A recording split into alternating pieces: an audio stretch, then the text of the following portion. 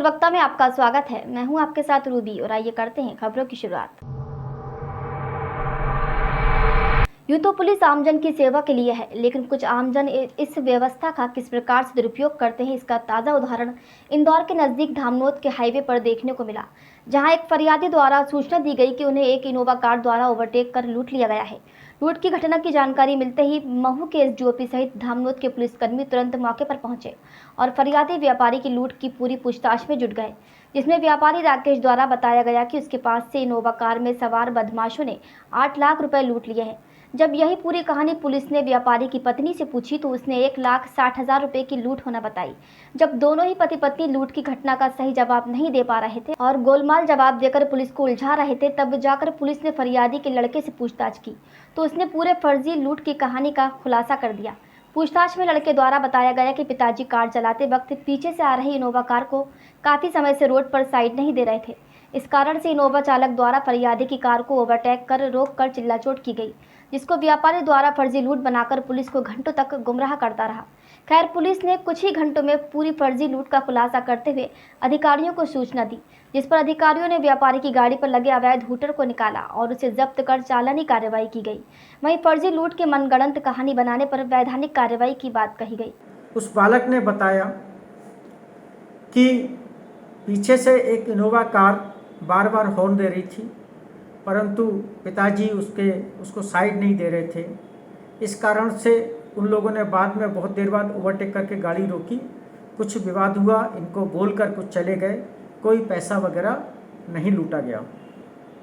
चूँकि फरियादी और उसकी पत्नी विरोधाभासी बयान दे रहे थे, बाद में जब पुलिस ने उनको बेटे का वर्जन सुनाया, जो कि एसडीओपी ने उसकी वीडियोग्राफी कर ली थी, तो फिर वो रोने गिड़गिड़ाने लगा और उसने कहा साहब गलती हो गई। उसने अपनी गाड़ी पर हूटर भी लगा के रखा था। एसडीओपी साहब ने बताया, मैंने कहा इसका चालान करिए गाड़ी का और इसका हूटर जब्त करिए।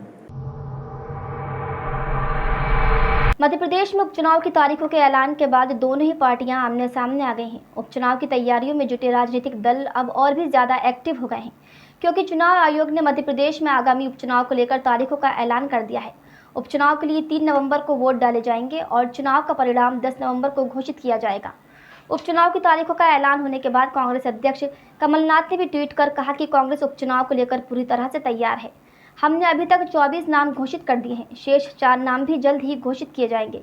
इसी के साथ नगरीय प्रशासन मंत्री भूपेंद्र सिंह ने कहा कि भारतीय जनता पार्टी पहले से ही उपचुनाव के लिए तैयार है। हमने सभी सीटों पर अपनी तैयारी पहले से ही कर रखी है।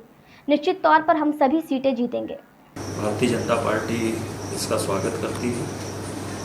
हम पहले से चुनाव के लिए तैयार हैं। जैसे ही उपचुनाव की परिस्थितियां बनी थी, भारतीय जनता पार्टी ने अपनी तैयारियां प्रारंभ कर दी थी और हम लोग अब प्रत्येक बूथ तक 2-3 बार पहुंच चुके हैं। प्रत्येक बूथ तक हम लोगों की जो बूथ कमेटियां हैं उनका पुनर्गठन हो गया है। बूथ स्तर पर कार्यक्रम हुए हैं। अभी महाजनसंपर्क अभियान में हम लोग 6,000 बूथ तक 11 लाख लोगों से सीधा जनसंपर्क हम लोगों ने किया है। कानपुर की समलैंगिकता के चलते शादी करने वाली 2 लड़कियों का मामला तूल पकड़ता जा रहा है, जहां एक बार फिर लड़की की मां द्वारा दी गई तहरीर के हिसाब से दोनों को चौकी बुलाया गया। लेकिन इस बार की वेशभूषा देखकर लोग आश्चर्यचकित हो गए, जिन्हें देखने के लिए लोगों की भीड़ लगना शुरू हो गई, क्योंकि दोनों लड़कियों में से एक पैंट शर्ट में थी तो दूसरी दुल्हन की पोशाक में, और दोनों के गले में फूलों की माला पड़ी हुई है। जानकारी के मुताबिक दोनों अपनी शादी की सालगिरह मनाने मंदिर गए हुए थे, जहां से दर्शन करने के बाद वो सीधे बर्रा चौकी आई हुई हैं। मामला कानपुर के बर्रा थाना क्षेत्र के गुंजन बिहाल मोहल्ले का है, जहां रहने वाली कृति और नन्ही नाम की इन दोनों लड़कियों ने आपस में प्रेम के चलते इस प्रेम को हमेशा साथ रखने के लिए 25 अगस्त 2019 को शादी रचा ली। हालांकि परिवार ने एफआईआर भी की, लेकिन पुलिस करती भी तो क्या, दोनों ने समलैंगिकता के नियमों का पालन करते हुए बालिग होना साबित कर दिया और अपने आप को पति पत्नी करार दे दिया। हमने शादी इसलिए रचाई है क्योंकि हमें अपने घर वालों के हिसाब से नहीं रहना था। वो लोग हम पे गलत काम कराते थे, हमसे धंधा कराते थे, इसलिए हम इनसे दूर जाना चाहते थे। हमें लड़कों से नफरत होती है, इसलिए हमने इनसे शादी करी। हमें ये पसंद थे, हमने इन्हीं से शादी करी। इंदौर के राजेंद्र नगर थाना क्षेत्र स्थित मितेश नगर से पुलिस ने मुखबिर की सूचना पर घेराबंदी कर 2 वाहनों से लाखों रुपए की शराब जब्त की है, जिनमें से पुलिस ने पिकअप वाहन से करीब 90 पेटी देशी शराब और एक ऑटो रिक्शा से 25 पेटी देशी शराब जब्त की है, जबकि दोनों ही वाहनों से पुलिस ने मनीष और नीलेश नामक युवकों को हिरासत में लिया है। बताया गया है कि दोनों ही युवक अवैध रूप से शराब की डिलीवरी देने के लिए क्षेत्र में आए हुए थे, लेकिन मुखबिर द्वारा पुलिस ने दोनों ही वाहनों को पकड़कर तकरीबन 4,50,000 रुपए की देशी शराब जब्त की है। फिलहाल पकड़े गए आरोपी से पुलिस पूछताछ में जुटी है, जिससे अन्य अवैध शराब के धंधे के गिरोह तक पहुंचा जा सकेगा। मुखबिर की सूचना प्राप्त हुई थी कि मितेश नगर में कोई पिकअप से जो है शराब लाया है और ऑटो वगैरह में शिफ्ट करके उसको कहीं डिस्ट्रीब्यूट करने के हिसाब से लेकर आएंगे। तो उस पर हम लोगों ने दबिश दी। दबिश पर पिकअप में हमको 89 पेटीज़ जो है लाल सफ़ेद जो शराब होती है वो मिली और एक ऑटो मिला, उस ऑटो में भी 25 पेटी शराब थी।